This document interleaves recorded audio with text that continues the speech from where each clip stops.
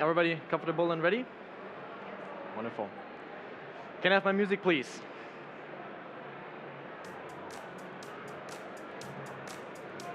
Volume is great. Thank you very much. All right, ready? Feeling good? Wonderful. Then this is my time. Hello judges, I'm Erik and welcome to my brew bar. It is my honor and pleasure to represent Germany on the stage today. Judges, I'll be honest with you. I actually am just a university student who has worked part-time in a cafe for about 6 months. However, over the past couple of years, coffee has gone from being something I simply drink to a full-time hobby and passion of mine. And ever since I discovered that passion for coffee, I've spent countless hours researching, learning, and brewing, all in order to achieve what I believe to be the best cup of filter coffee I have ever made. So judges, today I want to share that filter coffee with you. With the skills that I've learned and 2 outstanding coffees, I'm going to guide you through how it is that I created this unique and memorable experience that we all are about to share. I will mention a couple of flavor notes early on, but do not worry about writing them down just yet. We will have plenty of time at the end to do so. Right, but let's now talk about my coffee. The blend that I will be serving you today is made up of 2 coffees from chemical engineer turned innovative coffee producer Wilton Benitez. His farm is located in Colombia at 1950 meters above sea level in the Cauca region. The first coffee in my blend is a geisha varietal, which is processed by Wilton using a double anaerobic fermentation followed by thermal shock treatment. This coffee will bring us a beautiful complexity of flavors, reminding me of vanilla and rhubarb. For the second coffee in my blend, it is an orange bourbon varietal, which is processed by Wilton, just like the geisha, as a double anaerobic thermal shock. This coffee will bring us a beautiful body and enhance the acidity of my blend. And on their own, of course, both of these coffees are delicious and complex. However, when combined, I can create the most amazing, unique, and memorable coffee that I've ever tasted. For me, a completely new experience of flavors. So judges, today I will be using 15 grams of the geisha, as well as 5 grams of the orange bourbon.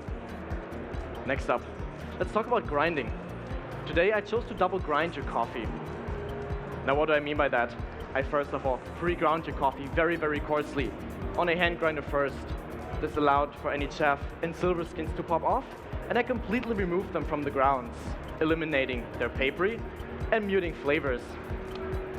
I then went ahead and reground that coffee on the same hand grinder, but this time all the way down to my final medium grind size.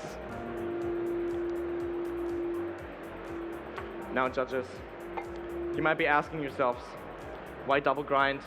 Excellent question. First of all, it creates a much tighter grind size distribution than usual, resulting in a beautiful balance of flavors, as well as heightened clarity, all whilst preserving a creamy texture in my coffee. And judges, today, I chose to brew your coffee, the 20 grams of my blend, to 300 milliliters of water, a 1:15 ratio, which in testing, I found to work best for highlighting the creamy texture of this blend. And I'm splitting my brewing water into 5 pours every 40 seconds to ensure a very even extraction, as well as highlight some of the florality in my blend. Next up, judges, please take a look at my dripper that sat in front of you. It's called Grecano and it hails from Germany, just like me. It is an aluminum base coated in a heat-transferring ceramic layer. And on the inside, you can see its V-shaped lava ribs, which naturally agitate our coffee once water hits them.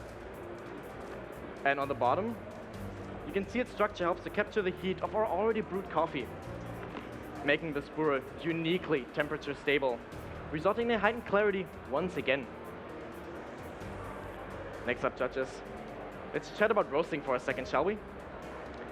Your coffee was roasted in 100-gram batches on a Cafe Logic Nano roaster. This hot air roaster actually starts off at room temperature, resulting in a very even roasting and strikingly clear flavors. With a total roast time of just 6 minutes and 45 seconds. an end temperature of 209 degrees, and a total development of 10%. We sought to preserve these coffees' natural, fresh fruit characteristics, whilst developing our sugars just enough to bring the sweetness back into balance.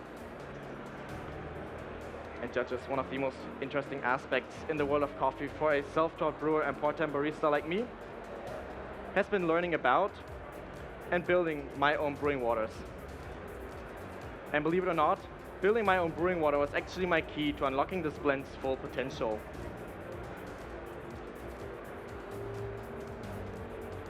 Judges, I designed a brewing water for this blend, made from distilled water, to which I've added equal parts of calcium and magnesium, as well as sodium bicarbonate as my buffer. This resulted in a water with a total ppm of 150.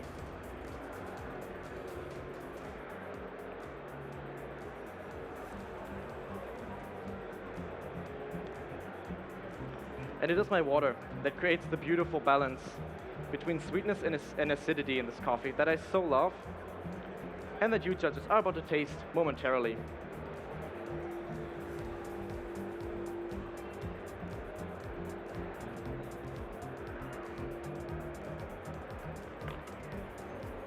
So I think it's time for you judges to know. Please write a couple of notes down for me. First of all, my brewing time today will be 3 minutes and 18 seconds.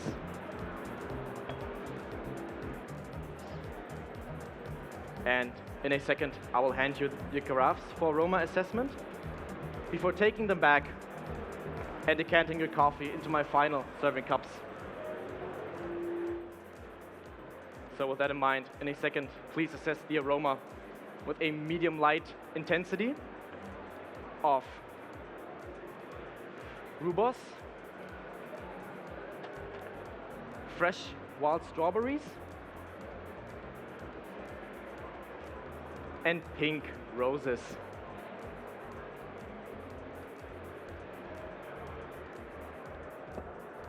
Please enjoy.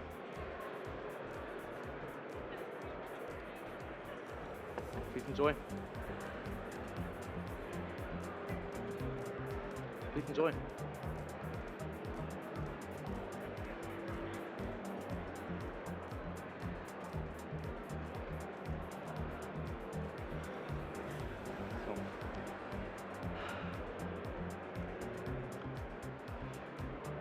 Next up, judges, for our flavors.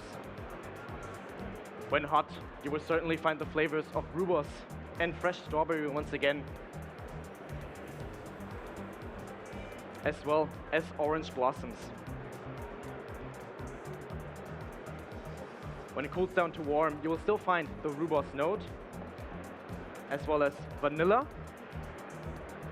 peaches, and lemon candy. And when cool, you will taste vanilla rhubarb and hibiscus iced tea. All of your flavors will have a medium intensity. The aftertaste. It is of medium intensity once again. It is long-lasting, sweet, and reminds me of lemon cream candy.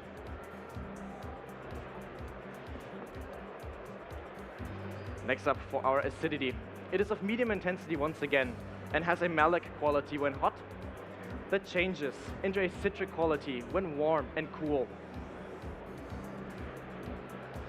The sweetness, the acidity supports the sweetness incredibly well in all three stages. Talking about sweetness, your sweetness in this coffee will have a medium intensity, and it reminds me of lemon and peach drop candy.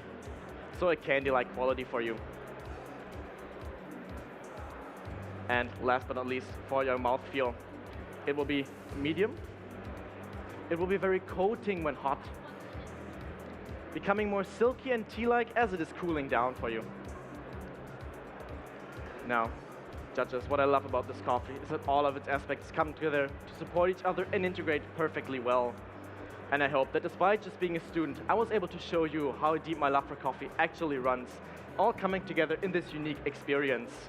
I want to inspire even more people to really engage with coffee and prove that in order to make an incredible cup and experience, the most important thing is passion and willingness to learn more. So on that note, judges, thank you very much for your time. Thank you very much for your attention today. I am quite sure that you will enjoy this coffee just as much as I have over the past couple of months. It has been my true honor and deepest pleasure to serve you today, and this is my time. Thank you very much, Erik. Erik, join me.